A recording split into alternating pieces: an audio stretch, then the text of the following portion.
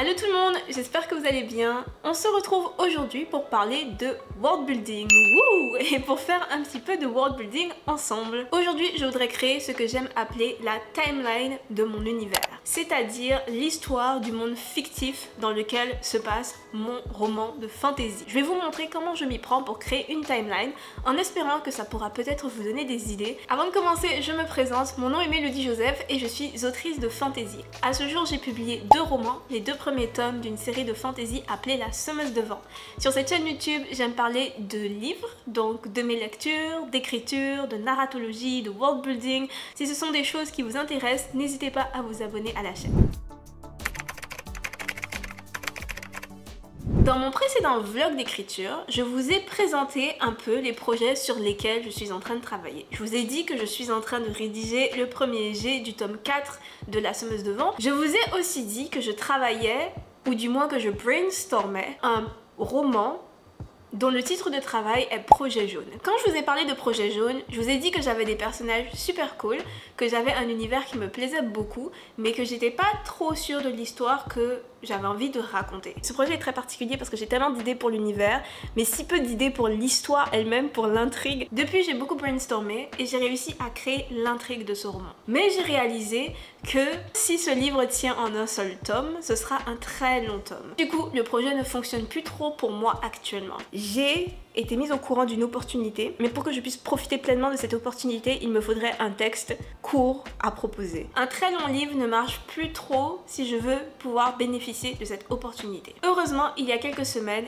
j'ai eu une super idée pour un vieux projet qui attend dans mes tiroirs depuis une éternité. J'ai eu cette idée à comme 2 h du matin. J'étais en train de m'endormir quand subitement l'idée m'est venue, l'idée est arrivée. Il a fallu que je me motive un peu à prendre mon téléphone et à noter l'idée, mais je suis tellement contente de l'avoir fait parce que le lendemain, lorsque j'ai relu ce que j'avais écrit dans mes notes, je me suis rendu compte que ça fonctionnait encore. Et ça n'arrive pas souvent. Souvent j'ai des idées au milieu de la nuit, je les écris, puis le lendemain quand je relis ce que j'ai écrit, je me rends compte que ça n'a pas de sens du tout. Bref, tout ça pour dire que cette idée m'a donné envie de ressortir ce projet de mes tiroirs et de travailler sur ce projet-là à la place de Projet Jaune. Ce projet, c'est en fait un ancien NaNoWriMo. Donc c'est un roman que j'ai écrit pour un défi d'écriture il y a tellement longtemps. Quand j'ai écrit cette histoire pendant le NaNoWriMo, je n'avais pas fait de plan, je n'avais pas fait de world building, j'ai inventé l'histoire, j'ai inventé l'univers au fur et à mesure que je l'écrivais. Résultat, l'histoire que j'ai réussi à écrire n'est pas très cohérente. J'ai donc rangé cette idée dans un tiroir mental, je l'ai laissé fermenter jusqu'à il y a quelques semaines quand j'ai eu l'idée qui a tout changé au milieu de la nuit. J'ai commencé à réimaginer cette histoire, à reconstruire le monde, à créer des personnages et je le sens tellement bien. Alors sans trop vous en dire, ce roman dont le titre de travail est Traversée, et peut-être que vous avez déjà entendu ce titre de travail dans mes vidéos parce que ce n'est pas la première fois que je vous parle de ce concept et de cette idée. Donc ce roman, dont le titre de travail est Traversée, c'est un roman de fantasy caribéen et l'histoire tournerait autour d'une guilde ou d'un clan. Je suis pas encore sûre de la manière dont je vais appeler ce groupe, cette organisation. J'aime bien le terme guilde, mais je suis pas sûre que c'est approprié pour l'univers que j'ai en tête. Pour l'instant, on va appeler cette organisation une guilde. Donc dans ce roman, dans l'univers de ce roman, cette guilde accompagne des voyageurs et les aide à traverser une zone très dangereuse et inhospitalière. Le roman raconterait l'une de ces dangereuses traversées avec un groupe de voyageurs. Bon, maintenant que vous en savez un petit peu plus sur Traversée, on peut parler de world building et de timeline. Quand j'ai inventé l'histoire de La Semeuse de Vent, j'y suis allée de manière assez instinctive. Avant même de commencer à créer l'histoire de ce monde, j'avais déjà des événements historiques à placer sur la timeline. Par exemple, je savais déjà qu'une grande guerre devait avoir eu lieu avant le début de l'histoire. Je savais aussi que la géographie devait avoir changé à un moment donné avant le début de l'histoire à cause d'un événement mystérieux. C'était donc surtout une question de placer ces différents événements historiques sur une timeline et de bien réfléchir à leurs causes et à leurs conséquences par rapport à ce que j'avais envie de décrire dans mon histoire. Dès le départ, je savais aussi que je voulais séparer la timeline en différentes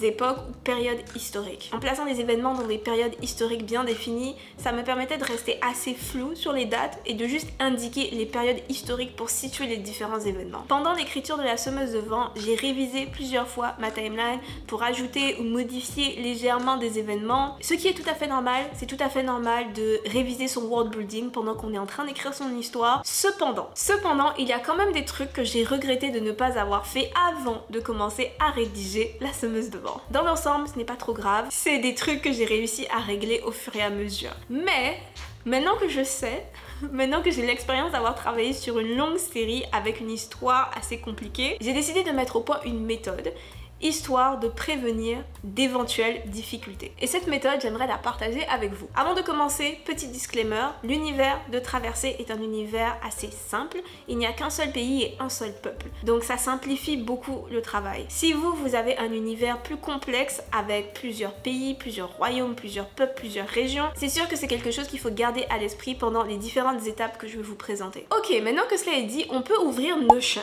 Alors j'utilise Notion depuis de nombreuses années maintenant pour planifier mes romans et pour faire du world building. Notion est une application web gratuite qui sert à la base à la prise de notes, mais qui possède maintenant tellement de fonctionnalités différentes qu'on peut l'utiliser pour un peu tout et n'importe quoi. Je sais par exemple qu'il y a des entreprises qui structurent toutes leurs opérations grâce à Notion. Alors perso, je ne suis pas une experte Notion, il y a plein de choses que je ne sais pas sur les différentes fonctionnalités de cette application, mais j'utilise depuis longtemps, donc c'est devenu une habitude maintenant à chaque fois que j'ai une idée d'histoire. Ok, fin de la parenthèse pour Notion. Je vais donc dans Notion, dans la zone où je planifie mes différents projets d'écriture. Et je vais ensuite ici sur la fiche de Traversée. Alors avant qu'on me pose la question, je ne sais pas exactement comment on crée un template Notion, ni comment on le partage avec d'autres personnes. Mais si ça vous intéresse, je pourrais essayer de faire ça, n'hésitez pas à me le dire dans les commentaires. Donc sur la page timeline de Traversée, comme vous pouvez le voir, j'ai déjà commencé à noter 2-3 trucs. J'ai aussi et surtout listé sur cette page les 5 étapes qui, selon moi, permettent de créer une timeline de manière simple et efficace. On va commencer avec la première étape, que j'ai appelée ici principaux éléments. Je pense qu'il faut identifier les principaux éléments de notre roman qu'on a besoin d'expliquer par des événements historiques. Comme vous pouvez le voir, j'ai déjà inscrit 3 éléments. Les lois de Makuya, entre parenthèses l'histoire des carnavaliers, la guilde et les éclaireurs. Donc ces 3 éléments, ce sont des éléments importants dans mon roman qui doivent être expliqués par des événements historiques. Les lois de Makuya, par exemple, ce sont des lois très importantes qui régissent la société. Ces lois n'ont pas toujours existé et ces lois ont aussi été modifiées plusieurs fois avant que le roman commence. Pour la guilde, eh bien j'en ai parlé un petit peu tout à l'heure. La guilde, c'est donc cette organisation très importante dans le roman, c'est un peu le centre du roman. Et enfin, il y a les éclaireurs. Donc les éclaireurs dans ce roman, c'est aussi une sorte d'organisation, une sorte de groupe similaire à la guilde qui a aussi été créé suite à certains événements historiques. Donc il va falloir que je réfléchisse bien à quels événements historiques sont précisément responsables de la création des éclaireurs. La deuxième étape, c'est les événements marquants. Alors les événements marquants, c'est tous les événements historiques importants qui ont eu lieu avant le début de notre roman. Là, si j'ai déjà des événements en tête, si je sais déjà quels événements historiques ont eu lieu avant le début de mon roman, je peux les écrire ici.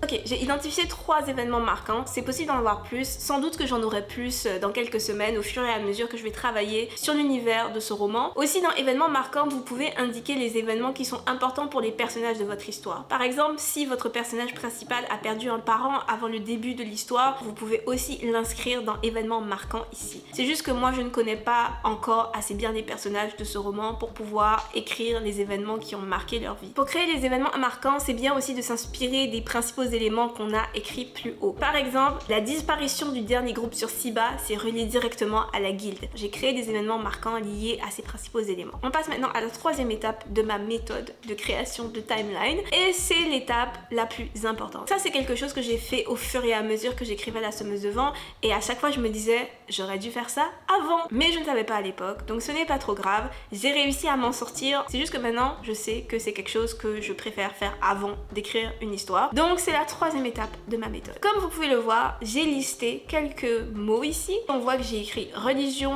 magie, culture, politique, technologie. 1, 2, 3, 4, 5. Ok, 1, 2, 3, 4, 5, 6. Nous avons ici 6 éléments. Non, 5 éléments, je ne sais pas compter. Nous avons ici 5 éléments et à chaque élément, je vais associer un événement historique. Je peux m'inspirer des événements et des éléments que j'ai déjà listés au-dessus. Par exemple, dans magie, je peux mettre le 12e décret parce que ça, c'est une loi qui a été mise en place pour régir la magie de cet univers. Dans culture, je peux mettre la disparition du dernier groupe sur Siba parce que ça, c'est un événement qui a eu un grand impact sur la culture de cet univers.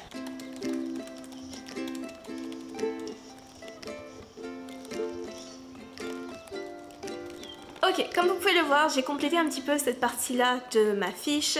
J'ai rajouté quelques événements, j'ai créé quelques événements, j'ai écrit quelques explications sous certains événements. J'en ai laissé plusieurs sans explication, juste parce que je ne veux pas vous donner trop d'informations sur ce roman avant d'avoir commencé à l'écrire, avant d'avoir un petit peu plus avancé dans ce roman. J'ai pas envie d'en dire trop parce qu'il y a sans doute beaucoup de choses qui vont changer avant que je commence à écrire et même après que j'ai commencé à écrire. Mais bon, j'ai essayé de remplir un petit peu pour vous donner un peu une idée de à quoi ça peut ressembler. J'ai certains événements qui sont liés les uns aux autres. Là par exemple, pour l'élément politique, il y aurait la création du Haut Conseil suite aux lois de Makuya. Dans la partie technologie aussi, je fais référence à la création du Haut Conseil qui a découlé des lois de Makuya. C'est super important d'avoir plusieurs connexions entre les différents éléments de son histoire. C'est ça qui va donner de la cohérence à notre monde. Étonnamment, la complexité ne vient pas d'une surcharge d'informations, donc ça vient pas d'une multitude d'informations déconnectées les unes des autres. Ça vient plutôt des différentes connexions qu'il peut y avoir entre différents éléments. Donc plus on a d'éléments connectés les uns aux autres, plus notre univers peut sembler complexe et réfléchi. Donc c'est vraiment important d'essayer de créer ces liens. Pour l'instant,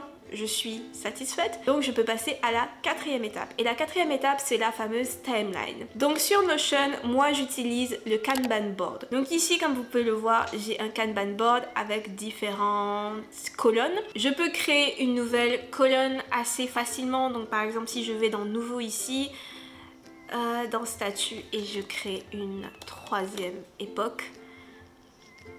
Et donc comme vous pouvez le voir, j'ai une troisième époque qui a été créée, je peux la bouger, la placer ici, la changer de place, etc. Je peux créer différentes périodes ou époques historiques comme avec la semeuse de vent. Je leur donne des noms qui sont pas très inspirés, époque ancienne, époque moderne, juste pour pouvoir m'y retrouver. Une fois que j'ai créé mes différentes époques, je vais aller chercher mes événements, donc les événements importants que j'ai créés pendant l'étape 3, et je vais les placer dans les différentes époques. Je ne sais pas encore si je vais appeler cet événement le grand déplacement. Donc sur Notion, on peut cliquer sur les différentes cartes et on peut ajouter plus d'informations. Donc tous les événements que j'ai créés durant la troisième étape, je vais venir les placer sur ma timeline. Et à la fin, j'ai ma timeline, j'ai ma frise, j'ai des événements historiques qui viennent expliquer des éléments importants de mon roman. Je sais exactement ce qui s'est passé dans mon univers avant que mon roman commence, mais il y a quand même une cinquième et dernière étape. Et cette cinquième et dernière étape s'appelle les archives. Cette dernière étape sert juste à se poser 3 questions que je considère très importante. La première question, comment les archives de cet univers sont-elles conservées? Est-ce que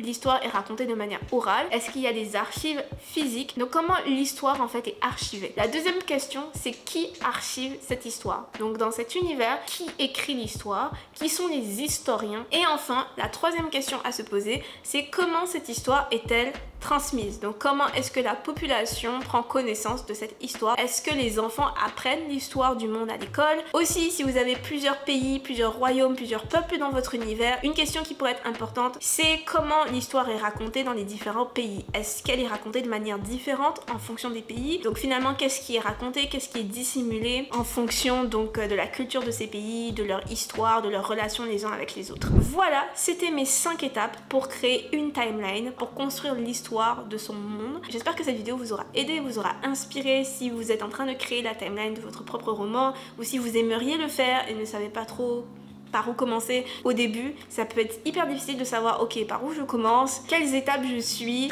quelle est la méthode que je dois appliquer, surtout si vous êtes comme moi et que vous aimez suivre des méthodes. Moi je suis une personne très méthodique, je pense que vous l'avez sans doute remarqué si vous suivez cette chaîne YouTube. Bref, tout ça pour dire que j'espère que cette vidéo vous aura aidé. Si c'est le cas, n'hésitez pas à la liker, n'hésitez pas non plus à me dire comment vous faites vous pour créer l'histoire de votre univers. Est-ce que vous avez une manière particulière de faire ça? N'hésitez pas à me le dire dans les commentaires sous la vidéo. Merci d'avoir regardé jusqu'ici. On se retrouve très vite. Portez-vous bien tout le monde et à bientôt. Bye!